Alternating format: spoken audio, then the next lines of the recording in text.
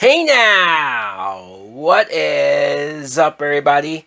My name is Mike Brown, aka Review King MB, and I am here to talk about The Wedding Singer.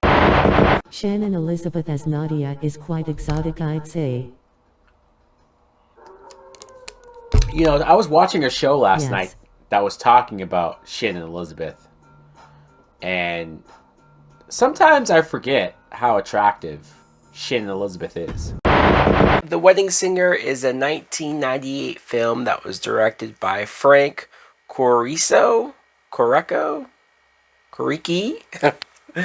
And before I jump right into the plot and everything about this movie, I just want to get this right off the bat. Here's my hot take.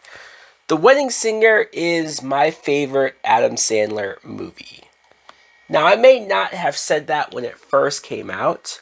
I've always liked this movie, so that's not a big change. It's more so just the older I get, the more I vibe with this movie, the more I enjoy the humor with this movie and the story of this movie.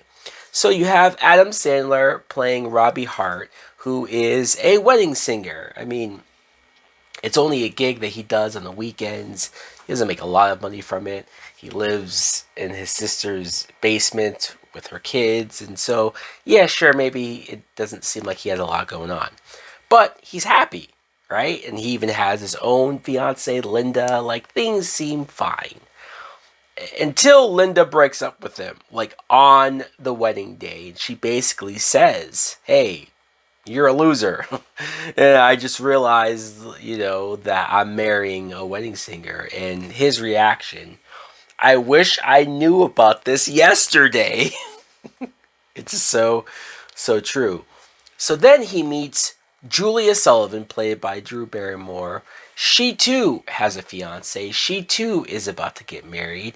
And the two of them become friends with her trying to plan her wedding. She might even want Robbie to sing at the wedding.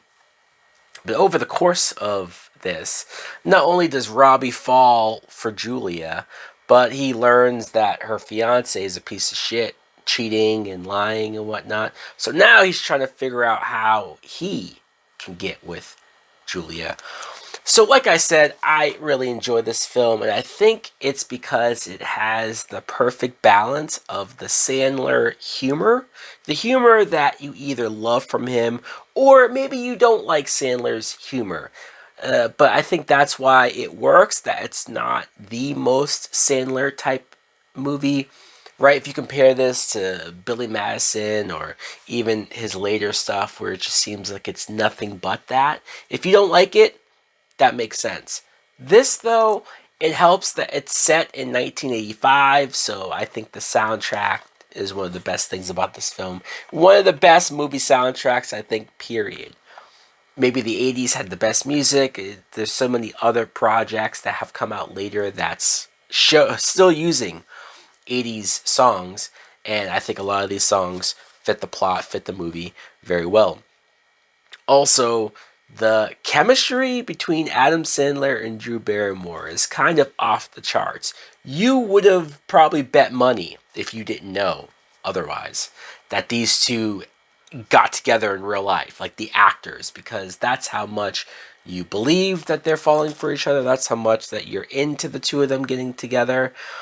Some of the funnier stuff that I think Sandler does in this movie that is probably different from his usual comedies is after Linda breaks up with him, he goes into a depression, he goes into a funk, he just becomes angry Sandler. And angry Sandler might be my favorite Sandler. I mean, sure, it's kind of dark how low he gets, but I had some big laughs from him as angry as he was, especially when he's performing that angry song at that person's wedding and it just goes horribly, horribly wrong. Also, the cast. I guess we should talk about the cast. You have Matthew Glave as Glenn Gulia. He's the one that is engaged to Julia. And yes, the guy's a piece of shit. Yes, he's an asshole. Yes, he's cheating on her left and right. I always found it funny how much he was willing to divulge the information to Adam Sandler's character that he is cheating on his fiance. I mean, I guess guy code, he thought it was cool. But it's like, well, dude, he's so open.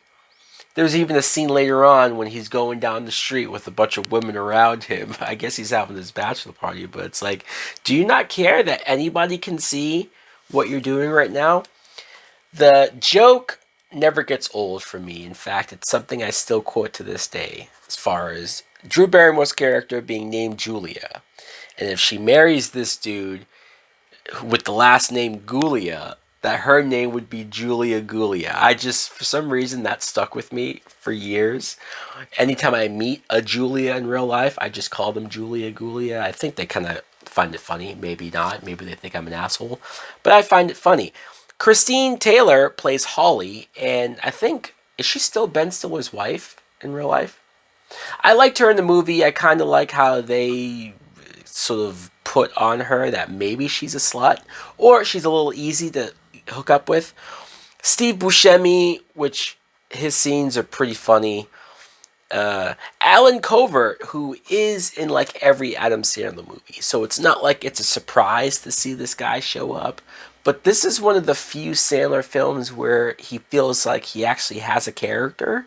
He feels like he actually serves a purpose to the story, and that's not me shitting on the guy. Normally, he's just there for a gag or there for like a one-off joke. This, though, I liked him in this movie. I also liked him wearing the Michael Jackson red leather jacket because that was just hilarious. And John Lovitz, who I forgot how funny John Lovitz is, just in that one scene where he's like, he's losing his mind, and I'm reaping all the benefits. it's so goofy and so funny. I get a little sad when I see Alexis Arquette. Doesn't do a whole lot in the movie, but I see that they're there in the scenes that they have, and they seem like they had a fun time making it. I say sad just because obviously they passed away. Also, the scene, if I had to make a complaint, and I don't really have much complaints about this movie, but the scene where Drew Barrymore and Adam Sandler kiss for the first time. It's Christine Taylor trying to figure out, how are you going to kiss your fiance on the wedding day when you actually get pronounced husband and wife? What's the kiss going to be like? And then Robbie comes in, Sandler comes in, and she's like, you know what? Demonstrate it on him, right? It's okay for you to do that, right? We're adults here. Yeah, just kiss another guy when you're engaged. Huh? Not only is it weird for her to suggest that, but they actually do it. Now, I know the point is for them to kiss, and maybe he was already kind of falling for her, but this is when she starts to fall for him. So I get why it's there. It's just so unrealistic, or so just, if that happens, what the fuck? That's why you have to make the Glenn character so sleazy and such an asshole so that you don't care that happened. Also, the very end, the plane scene where Sandler sings the song to Drew Barrymore, Billy Idol is there. It's very memorable. It's very fun. But it's one of those romantic comedy movie tropes of like, you have to go and catch them on the plane. Usually it's on the airport before they board the plane. This is actually on the plane. But you always find that to be very convenient. But that's like minor stuff. It's not even really a complaint. It's just something to talk about. Overall, I think this movie's a lot of fun. I think this movie has a lot of great gags, a lot of great jokes, a lot of great humor. One of Sandler's better balance of humor. Great music, like I said. Let me know in the comments below, what do you think of The Wedding Singer? Do you agree that it's his best film? What is your favorite Adam Sandler movie if it's not Wedding Singer? Thanks for watching. Like, comment, subscribe. Later.